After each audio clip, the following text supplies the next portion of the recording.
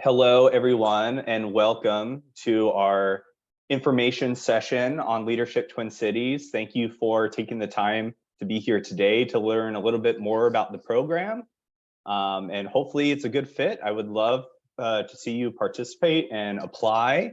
So we're going to spend some time today learning a little bit more about what is Leadership Twin Cities. So for our agenda, we'll have an overview. We'll talk about the logistics of the application. We'll hear some testimonials from our alumni. And then at the end, we'll do some open Q&A to answer any questions that you may have. So first off, who am I? My name is Zach Kramer. I am the Leadership Programs Manager for the Minneapolis Regional Chamber. And I've been with the Chamber for 2 years now. I run our Leadership Twin Cities program as well as our Emerging Leaders program. And I graduated from the program as I was managing it in 2022. So what is Leadership Twin Cities? This is why you're all here. And so Leadership Twin Cities is a 9-month program that develops individuals into civic and community leaders for the purpose of fostering our regional vision.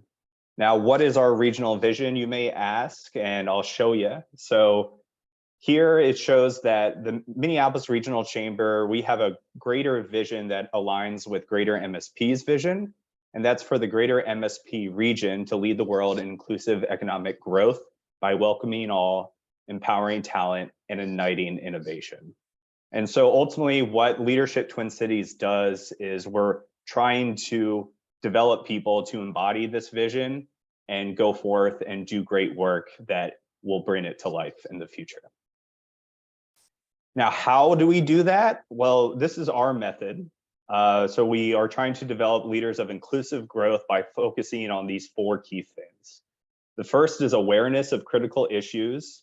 So we want people to understand what are the facts about these issues, what are the trends, how have they changed, especially over the past 3 years since the pandemic started, and what are the unique perspectives of what makes the Twin Cities different compared to other cities and how we compare. Next, we do a deep dive into trying to do a better understanding of these issues and the complex social systems that surround them.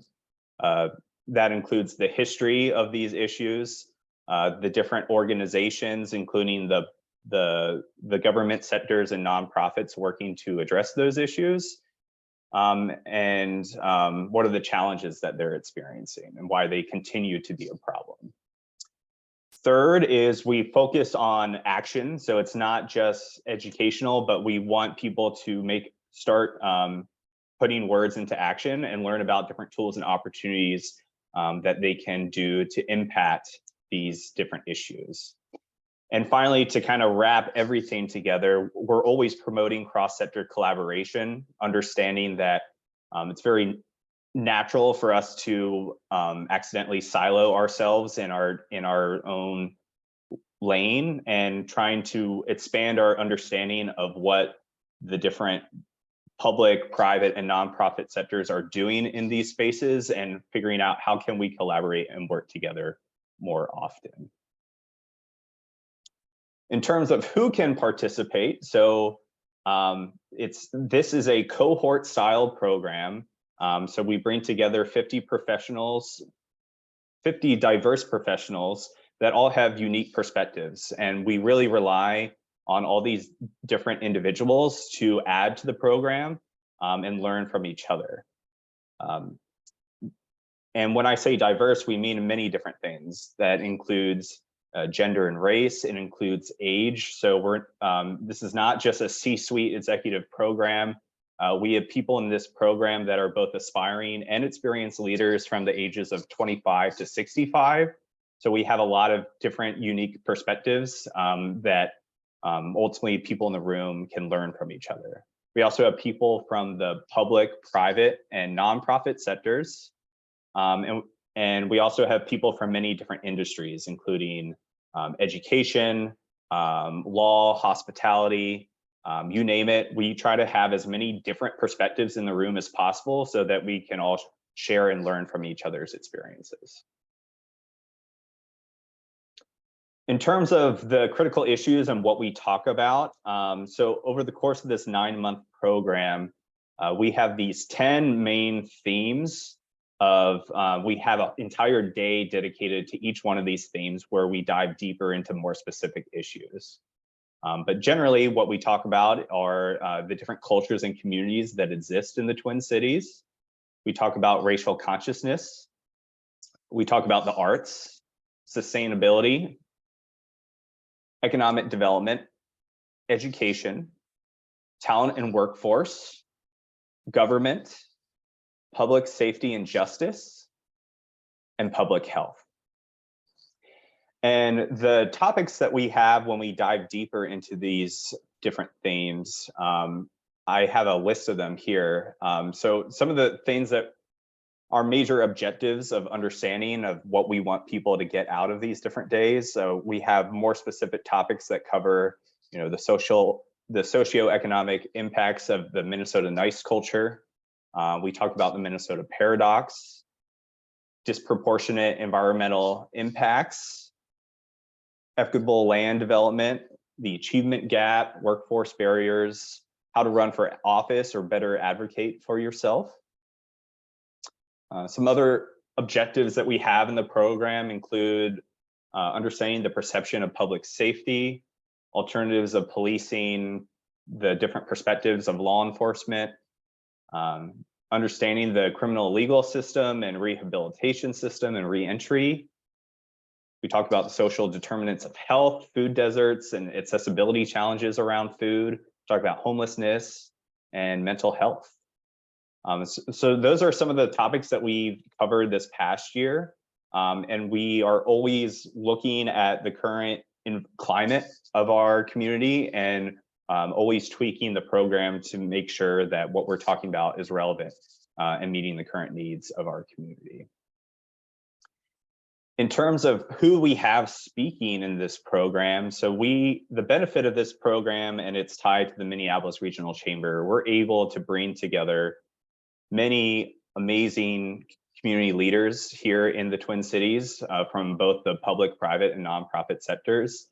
Here is a list of some people that have spoken in the past. I'm not going to read all of them, but calling out a few. We have R.T. Ryback, former mayor of Minneapolis and current president and CEO of the Minneapolis Foundation.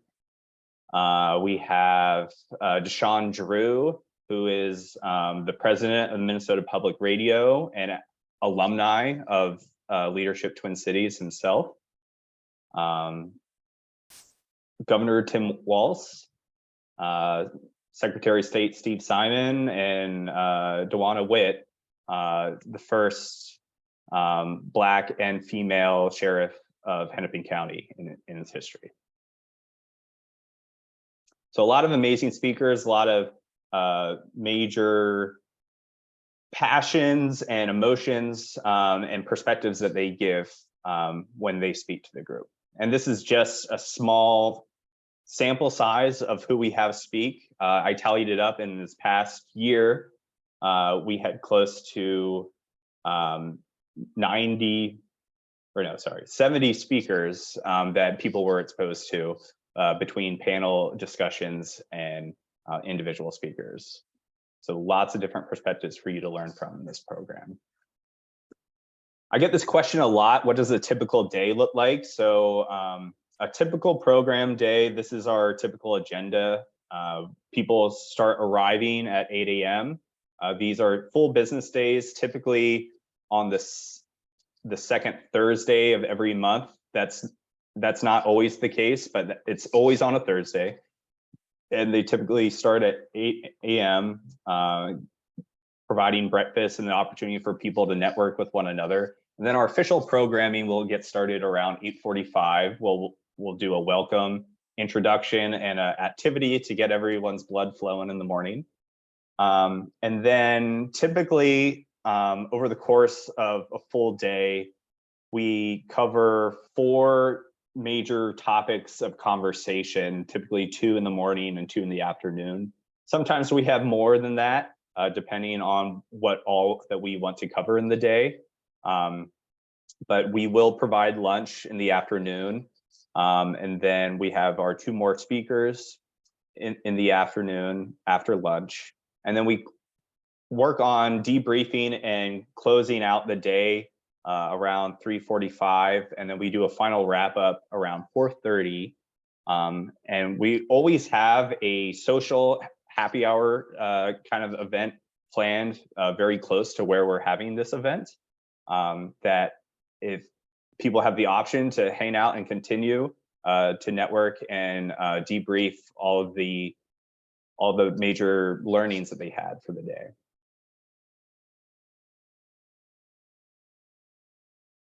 And if you want to know what it looks like, this picture I think is a perfect snapshot of like what LTC looks like.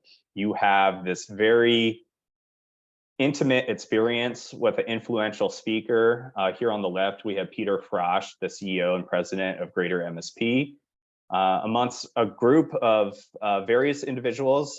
This is a cohort of 50 people from this year.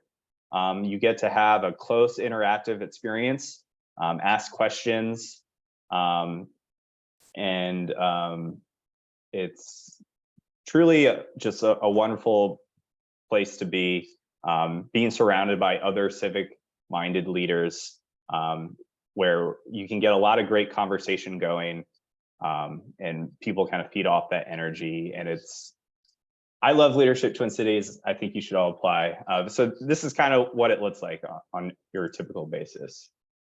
Now, if you're interested and you're wondering who is a good candidate, am I a good candidate? Ultimately, what we look for in candidates are people that have a strong interest and commitment in improving their community. As I said, you don't have to be a C-suite executive to apply to this. We bring people on from the ages of 25 to 65. We do ask and look for some type of volunteer leadership experience, that you participate civically in your community, just to show evidence that you've already showed some history of being involved in your current community. Also understanding that many of you may be wanting to sign up for this program to learn about those opportunities, and we will share more and more opportunities for you throughout the course of the program. We also ask that you are currently holding some type of leadership position with your employer, but also if you have a little bit less experience in the professional realm, we just ask for some examples of that you showing evidence that you have a high potential for achieving a leadership position in the future. And finally, we want people with unique perspectives and distinct leadership experiences to apply for this program, because we want to have a fully robust way of looking at all the different angles and perspectives of circling these different critical issues. And when you go to apply, you know that this is probably 11 or 12 days off technically, that you'd be taking off from work to experience in this program. So we do ask, when you do apply, please talk to your supervisor about this experience. This is definitely not just a vacation. This is a great way for you to be a more well-rounded employee. And we do want your employers and your supervisors' full support in participating in this program. When you're trying to make the case to your employers, it's good to highlight some of the key benefits of participating. So you will have a better understanding and perspective of your community and the issues that shape the region during your time in the workforce. It'll improve your leadership and decision-making skills, as well as cross-sector collaboration skills. It will definitely provide you a brand new network of civic-minded leaders across different industries and professions. And it will also give you access to some future alumni programming. I'll talk about it a little bit later, but this program has been around for a very long time. And not only do you have access to the network of your own cohort, but we have over 2,000 alumni that have been participating in this program since 1976. So this is This is a legit program. It's been around for a long time, and it's definitely a great way to get your foot in the door, to start connecting with other people in the community. When you're talking to your employer, some specific benefits for them is think of this as almost a way of outsourcing employee development. It's a great way to provide exposure of your own business or organization with this cohort and community. It's a great way to meet people from different industries that you may not have initially met in your traditional work life. It allows you to develop employees' strategic thinking and collaboration skills. And this fourth point is also a big one. I know a lot of employers are interested in having some of their employees serve on different nonprofit boards and committees. This program will definitely help people be more aware of the different nonprofits and organizations that exist, and find different opportunities to serve on those boards.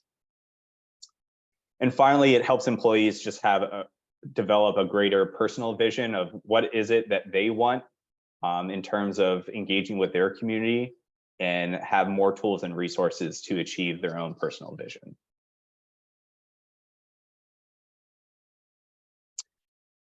So here are the program days. I think I count, there's 1, 2, 3, 4, 5, 6, 7, 8, 9, 10, 11, 12, 13.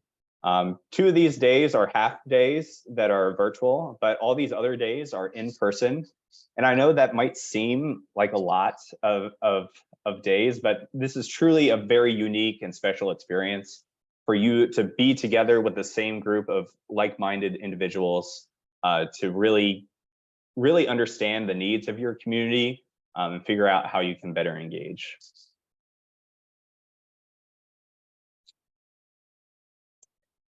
In terms of how much does this cost? So if you are a member of the Minneapolis Regional Chamber, the cost of the program is $2,595. If you're a non-member, it's the additional $300. If you don't know if you're a member or not, just feel free to shoot me an email, and I can get that question answered for you. And if you're not and you want to try to advocate for your employer to become a member, I can help you with that as well. So feel free to reach out to me for any questions that you may have. Payment for the program, once you're accepted, would be due by September 8th. If funds are limited, we do have a limited amount of partial scholarships that are available that if you're interested, you would just note that in your application, and we will review your request for scholarships after you've been accepted into the program. So for application timeline, applications are currently live. We are accepting them as of today. And we are having them open and available for you to apply to until Friday, June 16th. So you still have plenty of time, about 6 weeks. But if you're interested, please get that application in by that deadline. Once you've applied, we will start reviewing these applications and conducting phone interviews. And then our selection committee will get together in mid-July to do the final selection. And you should have a response of whether or not you've been accepted into the program by July 25th.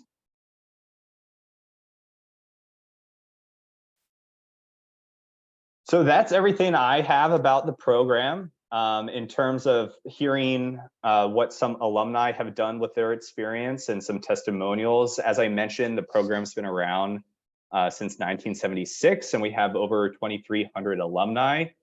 Some alumni that you may recognize or have heard of. I already mentioned Deshawn Drew, but we also have Shonda Smith Baker with the Minneapolis Foundation. She runs her own local podcast here. We have Jackie, who was the co-creator of the Finnegan's Brewery in Easttown, Minneapolis. We also have a couple elected officials, Representative Matt Norris and Councilperson Clark Greger from the city of Plymouth. And there's many more. So if you know of anyone else, feel free to ask them about their experience. And I also think we have an alumni on the call. Leah, are you still with us? I am, yes. Hey, thanks for joining us, Leah. Leah is one of our current co-chairs for the cohort that will be wrapping up here next month. Leah, I'd love for you to just share a little bit more about your experience and what people can get out of the program. I'd be happy to do that. Thank you, Zach. I'm Leah Smith, Business Development Director at H&U Construction. And anyone who knows me knows that I get really excited when I talk about Leadership Twin Cities. I think that it was one of the most impactful programs that I've ever participated in, for all of the reasons that Zach mentioned. But one thing he didn't talk about is how much fun the cohort has together. I think there's an opportunity with the 2-day retreat to really get to know each other, talk about level setting, talk about how to have hard conversations and have fun. There's happy hours at the end of every event, an opportunity to continue discussions from the day. There's calls to action. The day planners put together a really good list, a curated list of additional information to support the discussions. Zach talked through all of the different day themes. And of course, you can't cover everything in the day. So it's really nice to be able to carry on those conversations. There's an opportunity also at the end of the day to promote any organizations you're involved with, fundraisers, personal needs, leads. So it really is great. And then, as you mentioned, the alumni get together. It's at this point, I've continued to volunteer since I participated in 2019, 2020.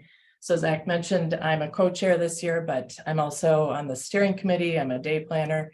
And I'm going to volunteer as long as they'll have me, because every year is different. And the day planners have a lot of experience on the topics that they're planning. And there's really an opportunity for lifetime learning, I think, with the group. So I guess that about covers it. If there's any other questions, I'd be happy to talk with anyone about it. But Zach is a phenomenal leader, and I think you really enjoy the program. It's a great opportunity, like you said, to connect, to learn more about the community. I'm from Minneapolis, and I was surprised at how much I did not know about our region.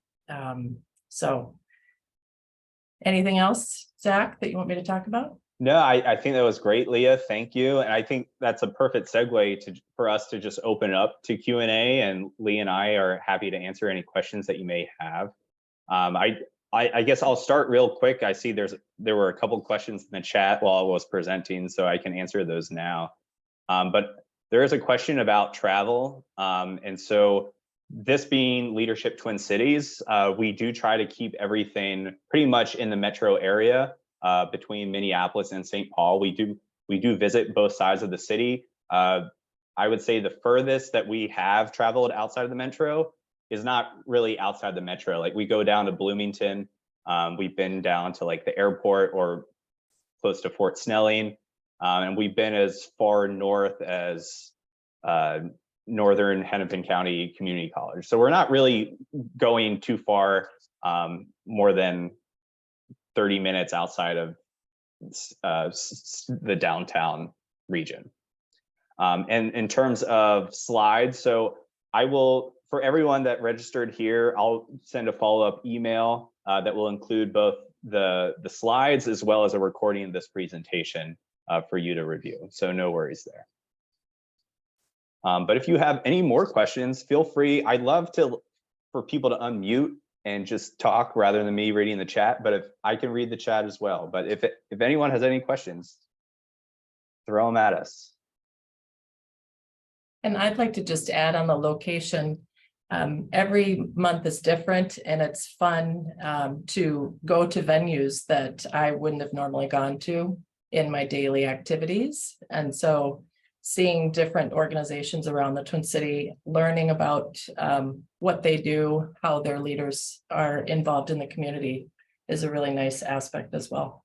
Yes, thank you, Leah. I have a question. Jennifer Herman Spiller. I'm a certified fundraising executive, so 25 years in the field of philanthropy. My question is, many of the documentation notes that you're connected to a corporation, but what if you're self-employed?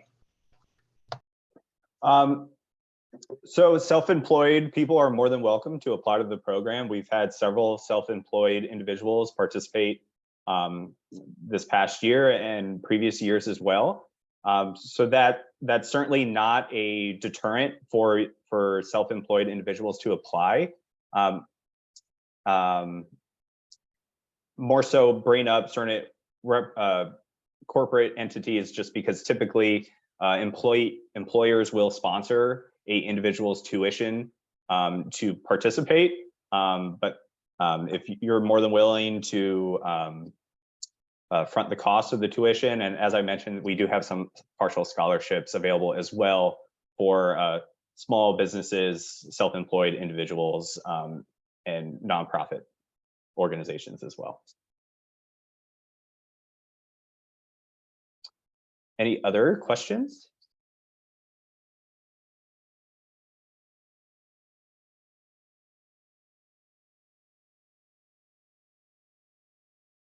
Sorry, I'm off camera. So I was just wondering, what do you think you've, or how do you think you've applied some of your connections or experiences with Leadership Twin Cities? Just as, I don't know, a few examples might be interesting to hear from both of you since you went through the program. Lee, you want to go first? Sure. Well, as Zach mentioned, there's opportunity to connect with people in the private, public, government, many different sectors. So being exposed to people in different industries than I normally would spend time in doing business development, especially for my firm. I think I've had a lot of good opportunity for a developing business, actually, because I've called other people in the cohort or alum to help make connections. So there's that opening doors opportunity. I also left the program thinking, where do I spend my time? There are so many issues. I love volunteering. I've always been civic minded, and really just deciding that I just had to start stepping up and applying for boards and applying for different organizations. So I think Leadership Twin Cities helped that application process for the boards. I'm on a number of boards and I volunteer wherever I can. So it's really just, instead of thinking, where is the perfect opportunity? It's putting myself out there and being open to those opportunities. Some of them have found me. I also think I went to the Minneapolis Chamber event recently, and it was really fun to see other people from the cohort, other people that you've met through the program. And so it is that connection to the business community that Zach talked about. Yeah, thanks, Leah. And I guess from my perspective, I know I have a unique perspective because I work for the Chamber and I run the program, but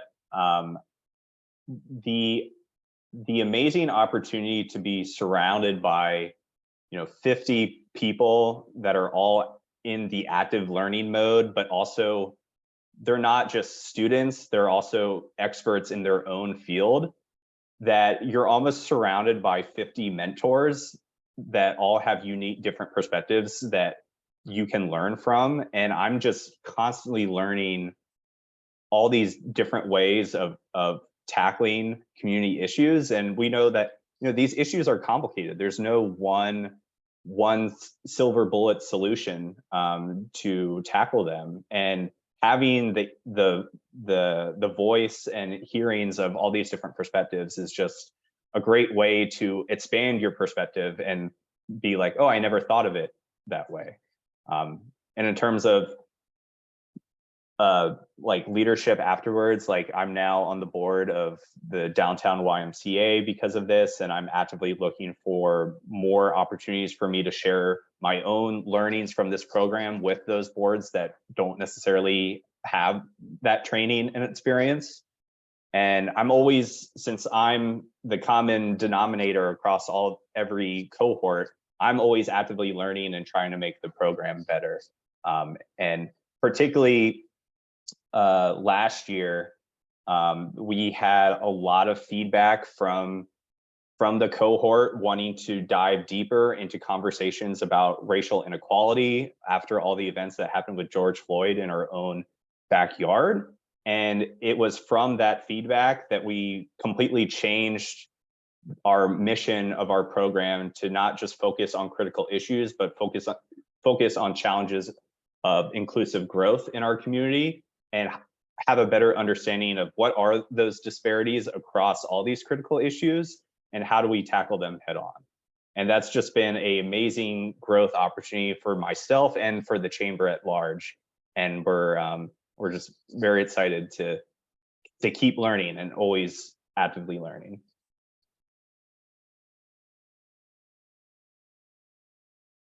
Hey, Zach, I had a question about the bullet point around leadership potential. And I'm curious, is like, who defines that? Like, is that something you define through the interview and application process, or is that defined by the employer / supervisor? And then how do you define leadership potential? Because what comes to mind is like, there's a lot of dominant cultural norms and biases when we talk about leadership potential, and was curious, like, what's the criteria, I guess, and how is that determined? Yeah, and that's a good point. I guess it's ultimately up to the applicant to kind of define their evidence of leadership potential.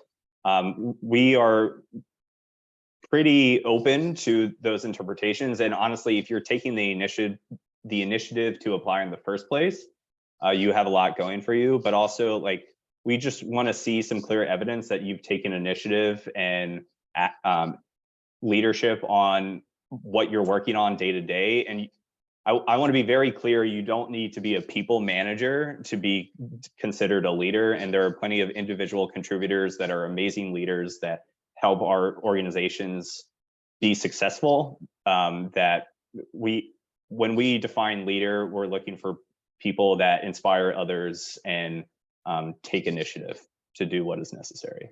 So if you can show evidence of that in your application, then you're a perfect fit.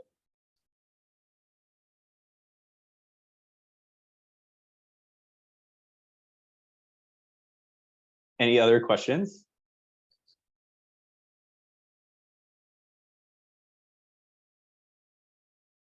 Well, one thing that I will say that Leah kind of mentioned. So Leah, you're from here, right? You're from Minneapolis. And so you learned a lot of stuff that you didn't know.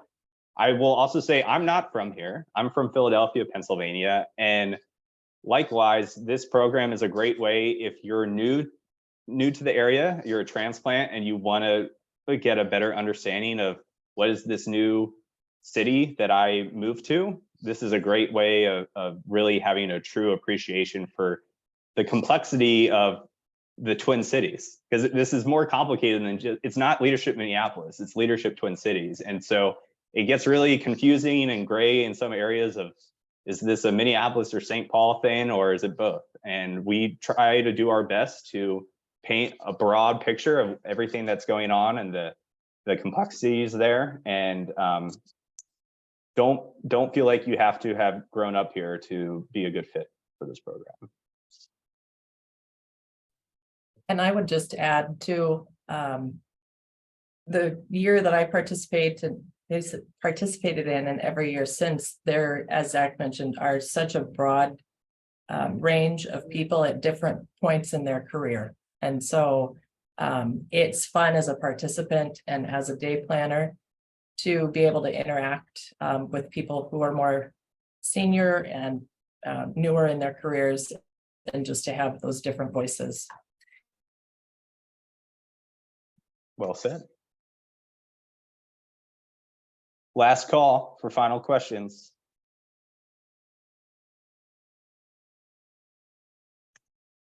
All right. Well, thank you all for being here.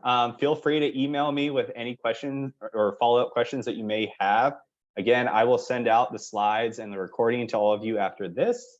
I hope that you apply. Really looking forward to see your application, and enjoy the rest of your day.